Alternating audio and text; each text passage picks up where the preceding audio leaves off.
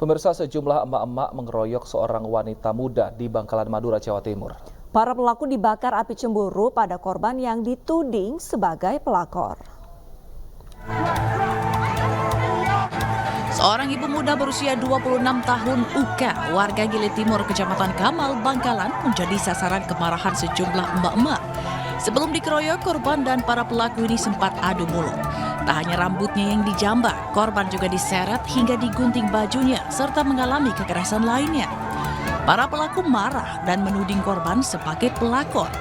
Beruntung sejumlah warga lain yang datang ke lokasi berhasil melerai kemarahan para pelaku ini. Korban lalu melaporkannya ke Mapolsek Kamal. Polisi masih menyelidiki motif pengeroyokan dan memeriksa 7 pelaku, 1 diantaranya laki-laki. Dan saat ini pelakunya sudah kita amankan semua dan dalam proses pemeriksaan. Dan semoga kita bisa mengurai perannya masing-masing dari orang-orang yang telah melakukan pengeroyokan kepada wanita tersebut. Itu saja, nanti perkembangan akan kami informasikan selanjutnya. Motifnya apa itu? Motifnya nanti akan kami dalami. Akibat pengeroyokan, korban mengalami luka dan sempat mendapat perawatan di puskesmas. Dari Bangkalan, Madura, Jawa Timur, Taufik Syahrawi, iNews melaporkan. Oknum kepala desa viral di media sosial bukan karena prestasinya, melainkan kepergok selingkuh dengan istri orang. Pasangan selingkuh ini pun terciduk di salah satu hotel di Kebumen, Jawa Tengah.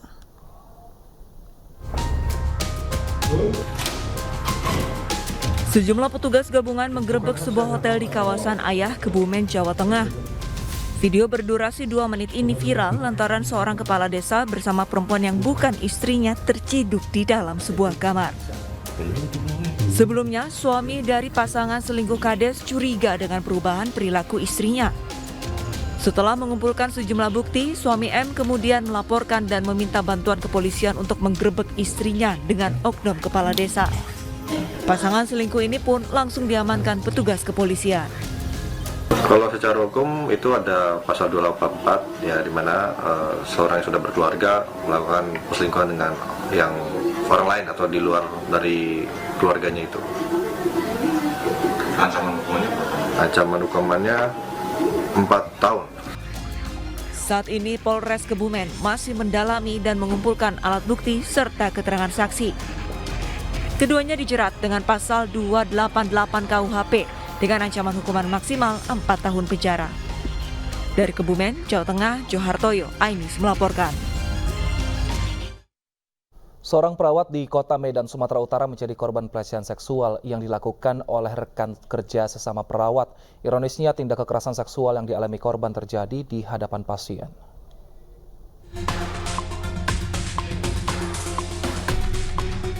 AT, perawat salah satu rumah sakit swasta di Kota Medan ini ditangkap petugas Unit Perlindungan Perempuan dan Anak Satreskrim Polrestabes Medan. Pelaku ditangkap setelah sebelumnya dilaporkan oleh perawat perempuan rekan kerja pelaku. Korban melapor usai dilecehkan pelaku ketika keduanya berada di ruang ICU rumah sakit. Ironisnya, pelaku beraksi di hadapan seorang pasien yang saat itu sedang diurus korban. Saat diperiksa, pelaku telah mengakui perbuatannya dan mengaku baru kali pertama beraksi karena tertarik dengan kecantikan korban. Pada saat korban masuk ke ruangan ICU mengantar salah satu pasien, ya setelah pasien ditempatkan di ruangan ICU, tiba-tiba tersangka melakukan pelecehan terhadap korban dengan cara meraba organ vital daripada korban. Atas perbuatannya, pelaku dijerat dengan pasal 6 Undang-Undang Tindak Pidana Kekerasan Seksual dengan ancaman hukuman maksimal 12 tahun penjara. Dari Medan, Sumatera Utara, Adi Palapa Harahap, iNews melaporkan. Pengadilan Negeri Lahat memvonis ringan 2 orang pelaku pemerkosaan anak di bawah umur hanya 10 bulan penjara. Pembacaan vonis diiringi jerit tangis korban dan keluarga yang tidak terima dengan putusan pengadilan.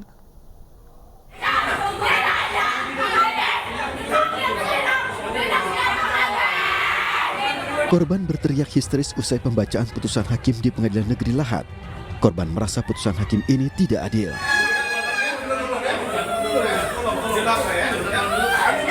korban bersama sejumlah kerabat sempat menghadang hakim dan jaksa di depan ruang sidang usai pembacaan vonis. Putusan ini lebih ringan dari tuntutan jaksa penuntut umum yang sebelumnya menuntut kedua pelaku hanya 7 bulan penjara. Sementara satu pelaku lagi karena usia 18 tahun masih dalam proses penyelidikan di Polres Lahat. Ini kan memiliki independensi untuk memutuskan suatu perkara.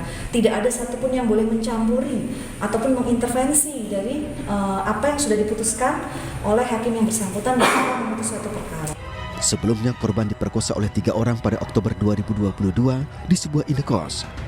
Ketiga pelaku mengurung korban dan melakukan kejahatan seksual secara bergantian.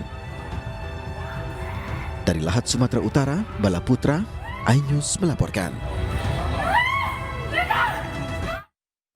5 pelaku pemerkosaan terhadap anak di bawah umur ditangkap aparat kepolisian Polres Luwu Timur, Sulawesi Selatan. Para pelaku mendekam di rutan Mapolres Luwu Timur dan terancam hukuman 15 tahun penjara.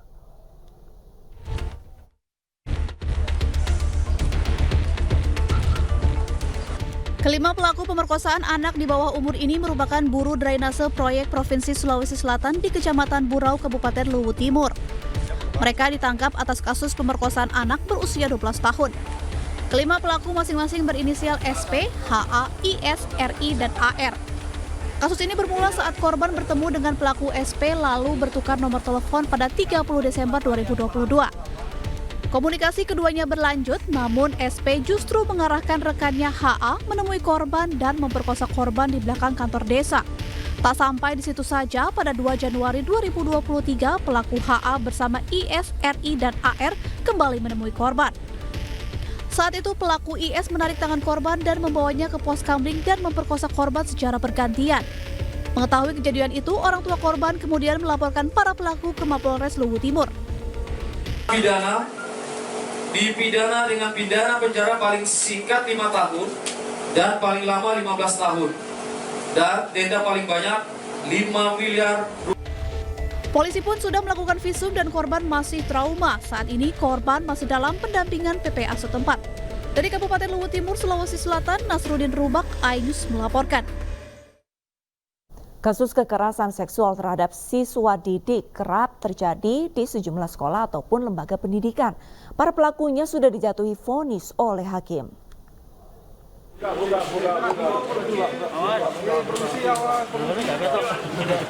Anak pendiri Pondok Pesantren Sidikiyah Jombang, Subci Azal Sani alias Beci, divonis 7 tahun penjara. Hakim menilai Beci terbukti memperkosa sejumlah santriwati. Hukuman Beci yang dijatuhi Majelis Hakim Pengadilan Negeri Surabaya ini lebih ringan dari tuntutan jaksa. Sebelumnya, jaksa menuntut Beci dihukum 16 tahun penjara. Dalam sidang putusan ini, ratusan simpatisan Beci datang untuk mengawal jalannya sidang. Mereka menggelar doa bersama sebagai bentuk dukungan terhadap Beci. Sementara itu, motivator sekaligus bos Sekolah Selamat Pagi Indonesia, Julianto Eka Putra alias JE, divonis 12 tahun penjara. JE terbukti melakukan tindakan kekerasan seksual hingga pemerkosaan terhadap siswanya. Dalam sidang ke-25, JE dihadirkan secara virtual, mengikuti sidang secara online. Sedangkan sidang berlangsung secara terbuka dan umum. Telah terbukti secara sah dan meyakinkan bersalah melakukan tindak pidana dengan sengaja membujuk anak melakukan persetubuhan dengannya terus-menerus sebagai perbuatannya, menjatuhkan pidana kepada terdakwa oleh karena itu dengan pidana penjara selama 12 tahun. Selain pidana 12 tahun penjara, Julianto Eka Putra juga didenda sebesar 300 juta rupiah serta diharuskan membayar uang restitusi sebesar 44,7 juta kepada korban. Vonis yang dijatuhi hakim lebih ringan dari tuntutan jaksa, yakni 15 tahun penjara. Tim Liputan iNews melaporkan. Guru pondok pesantren pemerkosa belasan santri, Heri Wirawan, sah divonis hukuman mati. Vonis itu diperkuat Mahkamah Agung setelah permohonan kasasi Heri Wirawan ditolak.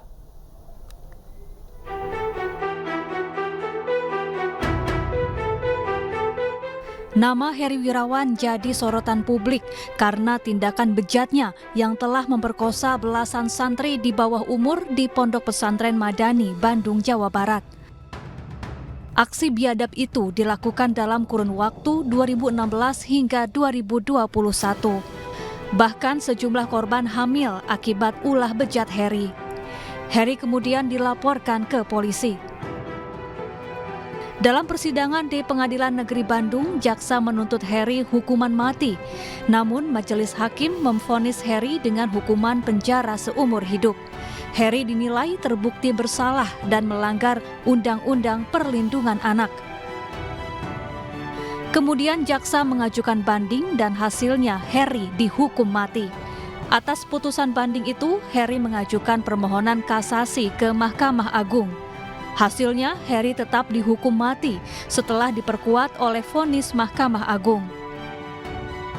Sementara itu, Kementerian Agama mendukung putusan ini dan berharap bisa menimbulkan efek jera serta tak ada lagi predator-predator seksual di tanah air. Tim Liputan iNews melaporkan. Dan pemirsa, untuk membahas kekerasan seksual di lembaga pendidikan, kami akan membahasnya bersama Ibu Retno Listiarti, Ketua Dewan Pakar Federasi Serikat Guru Indonesia. Selamat siang Bu Retno. Bu Retno, ini sebenarnya kenapa sih kasus kekerasan seksual pada anak di dunia pendidikan khususnya di Indonesia masih terus terjadi, Bu Retno? Ya, inilah ya sistem pencegahan dan sistem penanganannya yang lemah. Terutama pencegahan ya Mbak, karena kayak sekolah berasrama ini kan 24 jam ya anak di situ. Nah ini harusnya sistem perlindungannya berbeda sama anak yang pulang balik gitu, maksudnya nggak nginep di tempat. Nah kalau untuk yang kayak 24 jam atau sekolah berasrama ini memang lebih rentan. Jadi kalau sebenarnya bagaimana caranya agar hal ini tidak terulang? Apakah perlu ada evaluasi kepada setiap tenaga pendidik yang dilakukan mungkin sekali atau 2 kali setahun, atau seperti apa Ibu? Ya, sebenarnya kalau di Kemendikbud misalnya itu ada Permendikbud nomor 82 tahun 2015. Itu adalah supaya untuk mencegah dan menanggulangi tindak kekerasan. Nah, lalu di peraturan Menteri Agama juga ada nih terkait dengan kekerasan seksual supaya untuk dicegah dan ditangani gitu. Nah, problemnya adalah ini kan harus membentuk satgas nih tiap sekolah, tiap pesantren. Nah, satgasnya aja sampai sekarang banyak sekali sekolah yang belum membentuk. Kedua, harus bikin sistem pengaduan. Nah, ini juga belum banyak dilakukan. Ya, kemudian juga yang perlu dilakukan lagi itu adalah bekerja sama gitu mereka dengan pihak-pihak profesional seperti psikolog ya ketika penanganan. Ini juga banyak sekali yang belum melakukan gitu. Jadi ketika tidak ada sistem perlindungan, nggak ada sistem pencegahan, ya nggak ada seperti itu, ya pelaku kan nggak khawatir jadinya, maka mereka terus melakukan dan korbannya banyak banget ya untuk sekolah ini. Sepanjang 2022 aja korbannya udah beratus anak ya. Kalau misalkan dari catatan FSGI sendiri, ini kasus yang seperti ini terjadi pada kurun waktu 2021 sampai 2022 ini ada berapa banyak, Bu? Kalau 2021 itu 18 kasus ya untuk kekerasan seksual, kejahatan seksual. Tapi kalau kami ini kan yang betul-betul udah dilaporkan polisi, bahkan kemudian terproses secara hukum ya. Yang nggak dilaporkan pasti lebih banyak. Kedua, 18 kasus 2021, tapi di tahun 2022 ada 17 kasus. Dan memang 75% terjadi di sekolah berasrama.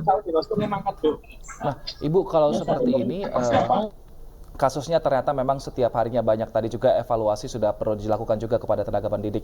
Lantas adakah juga yang bisa diperbaiki dari sisi siswa mungkin dan juga dari sisi orang tua? Apa yang diterapkan, nilai-nilai apa yang perlu diterapkan orang tua kepada anak-anaknya agar di dunia pendidikan sang anak juga bisa langsung melapor jika hal-hal tidak diinginkan terjadi? Iya, pertama kan sebenarnya gini ya, ini tanggung jawab perlindungan anak itu sebenarnya ada 3 ranah. Jadi di lingkungan keluarga, lingkungan sekolah, kemudian juga di lingkungan masyarakat. Nah, untuk di lingkungan sekolah ini memang harus ada sistem yang dibangun karena ini kan ruang publik ya sebenarnya. Nah, ruang publik inilah yang kemudian juga lemah, apalagi kalau ruang privat seperti keluarga. Nah, ini harusnya ada sinergi. Nah, lalu kalau kemudian ada kasus-kasus misalnya kekerasan seksual yang kemudian didiamkan, biasanya korbannya akan banyak. Kasus itu terjadi misalnya kalau di catatan kami di 2022, setidaknya misal satu sekolah di Kabupaten Batang ya, itu kan 45 siswi menjadi korban dan 10 diantaranya diperkosa oleh satu guru yang kebetulan guru agama dan pembina OSIS. Nah, kemudian kalau kemudian sekolah-sekolah berasrama, kan dari 18 kasus misalnya tahun 2021, 14 terjadi di sekolah berasrama. Dan tahun 2022 sekolah berasrama juga banyak. Ini artinya perlu dievaluasi ya sekolah-sekolah berasrama terkait dengan tadi sistem pencegahan dan sistem perlindungan di sekolah itu, mengingat anak-anak ini 24 jam sehari, 7 hari seminggu ya, 30 hari sebulan gitu selalu berada di sana. Nah, di sini orang tua juga harusnya ngedidik anak-anak untuk berani bicara, speak up. Nah, kebanyakan anak tuh nggak berani berbicara karena diancam, karena hal-hal lain. Nah, padahal ya kita tuh ini keberanian berbicara, speak up ya untuk menyatakan apa yang dia tidak nyaman, dia yang merasa terancam, itu sebenarnya adalah pembiasaan. Nah, ini yang harus jadi budaya. Makanya kenapa harus ada sistem pengaduan, agar tadi anak itu punya ruang untuk mengadu atau untuk bicara. Harapannya seperti itu, dan pengaduan nggak boleh tunggal kalau dalam peraturan menteri. Itu harus ada pengaduan lain. Ya misalnya P2 TP2A di daerah itu, Dinas PPA, KPAD, KPAI, Kemendikbud, Dinas Pendidikan, itu menjadi penting punya nomor-nomor itu di sekolah-sekolah atau di satuan pendidikan. Tujuannya anak bisa milih, dia lebih nyaman ngadu kemana gitu. Itu memang penting dan itu disyaratkan betul di dalam peraturan-peraturan menteri ini.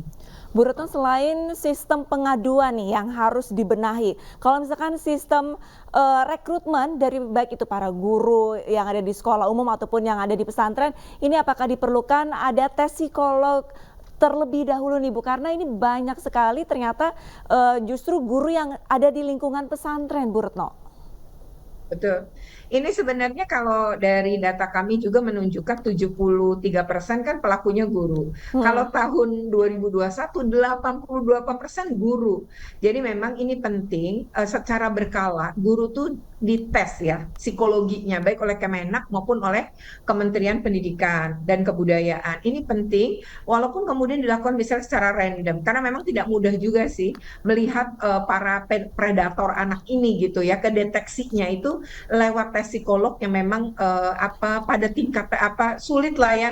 Itu harus betul-betul ada caranya yang tentu berbiaya memang lebih mahal, tapi itu kan dalam upaya misalnya ngelindungin anak-anak. Begitupun negara memang harusnya memang hadir. Kalau di Eropa misalnya seorang pedofil misalnya dia itu umumnya dipasang chip yang kalau dia bergerak dari satu negara dari satu negara ke negara lain gitu ya di Uni Eropa, maka akan diberitahu di wilayah yang didatangi agar orang ini tidak bisa bekerja untuk lingkungan yang ada anak-anak seperti di sekolah. Misalnya di rumah sakit itu bangsal anak tuh dia dicegah untuk masuk ke lokasi itu, tapi hak dia untuk mendapatkan pekerjaan, untuk hidup layak, itu tetap dibuka oleh negara itu. Tetapi tadi dia dihindari dari anak-anak. Nah, di negeri kita belum ada kayak begini ya, sehingga ketika ada anak predator anak atau bahkan mungkin ya, belum tentu juga sih memang perkosa anak itu seorang pedofil. Bisa jadi karena memang adanya si anak gitu ya, dan lebih mudah ke anak gitu. Kemudian dia melakukan, tetapi tadi pemeriksaan psikologi itu secara berkala mestinya dilakukan. Tidak hanya untuk pencegahan kekerasan seksual, tapi juga kekerasan fisik. Karena biasanya memperlakukan orang lain dengan buruk ya, memukul dan lain-lain, itu orang yang secara mental punya masalah. Baik, kita harapkan semoga perbincangan ini juga membuahkan hasil dan juga dari dinas terkait bisa melakukan tes psikologi secara rutin kepada tenaga medis. Ya? Baik, terima kasih Ibu Retno Listiarti atas waktu dan informasinya. Sehat selalu Ibu. Pemirsa, sidang paripurna pemberhentian Ketua DPRD Alor NTT berlangsung ricuh. Informasi selengkapnya akan kami hadirkan usai jeda pemirsa, tetaplah di Ainus Siang.